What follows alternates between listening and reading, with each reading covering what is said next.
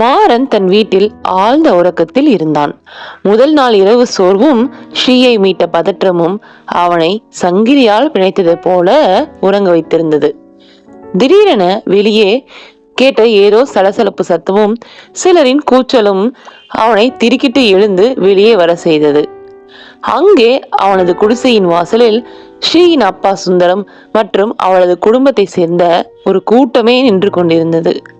அவர்கள் அனைவரும் மாறனின் பெற்றோரிடம் ஏதோ ஆவேசமாக சத்தம் போட்டுக் கொண்டிருந்தார்கள். மாறனை பார்த்ததும் ஒரு நொடி மயான அமைதி அங்கே நிலவியது.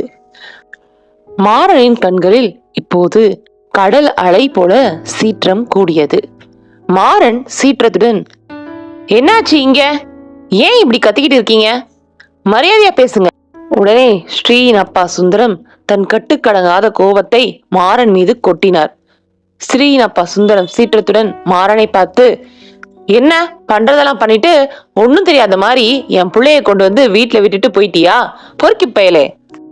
அந்த வார்த்தை மாறனின் நெஞ்சில் சுத்தியால் அடித்ததை போல இருந்தது. கோபம் தலைக்கு ஏறியது. அவனது கௌரவம் தூக்கி எறியப்பட்டதாக உணர்ந்தான். மாறன் கட்டுப்பாடான குரலில், என்ன உளறீங்க? நான் என்ன பண்ணேன்? நீங்க நின்றுட்டு இருக்கிறது ஏன் இடம். வார்த்தையில நிதானம் இருக்கட்டும், மரியாதையா பேசுங்க அப்படின்னு சொல்றான். அப்ப சுந்தரத்துக்கு அருக நின்றிருந்த ஸ்ரீயின் முறை பையன் கௌதம் ஒரு போனை நீட்டினான். கௌதம், ரொம்ப பேசாதடா, முதல்ல இதை பாரு அப்படின்னு சொல்லிட்டு மாறனிடம் அந்த வீடியோவை காட்டினான். அதில் வீடியோ ஓடியது. அதில் ஆடை கிழிந்த நிலையில் மயங்கி கிடந்த ஸ்ரீயை மாறன் ஒரு தீவிலிருந்து தூக்கி கொண்டு வந்து தன் படகில் போடும் காட்சி ஓடியது. இந்த காட்சியை யாரோ தூரத்திலிருந்து மறைந்திருந்து வீடியோ எடுத்துள்ளார்கள் போலும். மாறன் உடனே, ஆமாங்க, இதுதான் நடந்தது, அவளை காப்பாற்றினேன், இதுல என்ன தப்பு இருக்கு அப்படின்னு கேக்குறான். இதை கேட்ட ஸ்ரீயின் அத்தை மாறனை மேலும் அவமானப்படுத்தினார். அவர் விஷமம் கலந்த குரலில், காப்பாத்தினியா இல்ல கன்னி பிள்ளையோட கற்ப அடிச்சியா?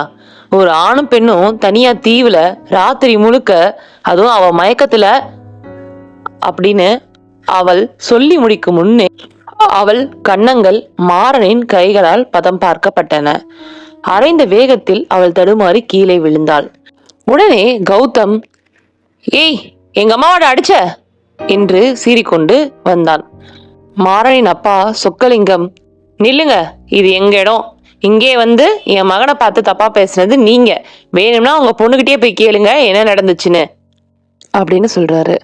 உடனே அந்த அத்தையோ, அவதான் ஏதோ மயக்கத்துல இருந்தேன்னு சொல்றாளே, அவளுக்கு தெரிஞ்சு என்ன நடக்க போகுது அப்படின்னு சொல்றாங்க அந்த கன்னத்தை தடவியவாறே. மாறனின் அம்மா லட்சுமி ரொம்பவே கோவத்தோட, அதுக்கு நாங்க என்ன பண்ண முடியும்? என் பிள்ளை மேல உங்களுக்கு நம்பிக்கை இல்லைன்னா அதுக்கு நாங்க பொறுப்பில்லை அப்படின்னு சொல்றாங்க. அப்ப அந்த அத்தை ரொம்ப கொடூரமா ஒரு விஷயத்த சொல்றாங்க. என்னன்னா, ஆமா, அவளை என்ன ஆச்சுன்னு பார்க்க கற்பு பரிசோதனை டெஸ்ட்டுக்கு அனுப்பியிருக்கோம். அந்த ரிசல்ட் வந்தா தெரியும் உங்க மகன் எவ்வளவு நல்லவன்னு. இதை கேட்டனோட மாறனுடைய கோபம் உச்சிக்கு போயிடுச்சு. சரி, இனிமே என்ன நடந்துச்சு அடுத்த எபிசோட்ல பார்க்கலாம். நன்றி.